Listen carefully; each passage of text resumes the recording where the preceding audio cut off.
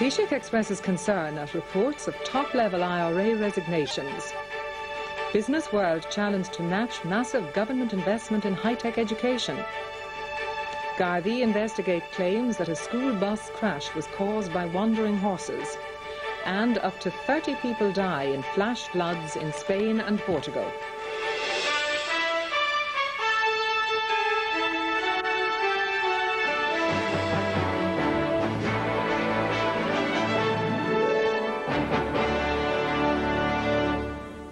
Good evening and welcome.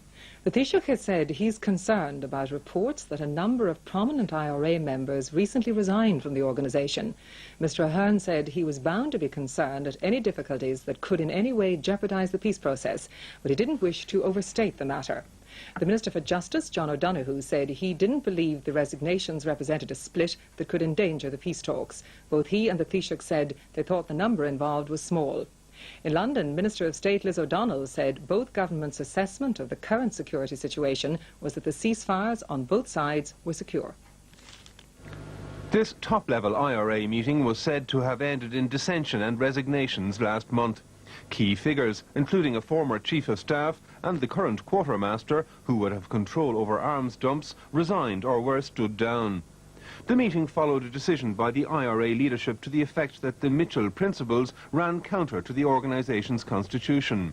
But after heated debate, the leadership backed Sinn Féin's decision to affirm the principles by a margin of 6-4. However, the dissidents complained that they were then purged and claimed that senior figures then quit the organisation in disgust. Security sources confirmed that senior figures had resigned their positions and that they'd taken a number of other IRA activists with them. Sinn Féin said they'd no knowledge of any IRA meeting, but that there was concern within the nationalist community about the pace of progress. The Irish Republican Army is a separate organisation. They have created the ceasefire to give a space for other people to develop this peace process. I'm sure that they monitor the situation, and if the peace process isn't developing, if it's obvious that it's not developing, then obviously they have their own decisions to make. We, for our part, are trying to be positive. The issue was discussed at last night's Anglo-Irish conference and is being kept under review in Dublin and London. Well, my understanding of the situation is that a small number of people have decided to stand back from the peace process at the present time. But at no stage in this process, at its commencement or at any other stage, could it ever have been envisaged that there would be 100% support for the process all of the way through. Well, we've always known that there are elements within the Republican movement which aren't as enthusiastic as others about the peace process.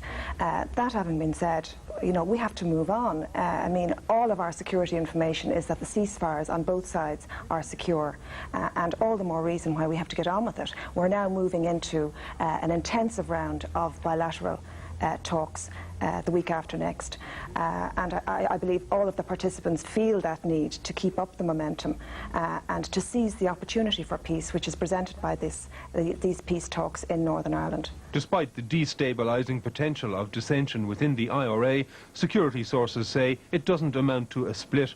With the Market Hill bomb fresh in people's minds, however, any defections to the Continuity IRA would be a more serious matter.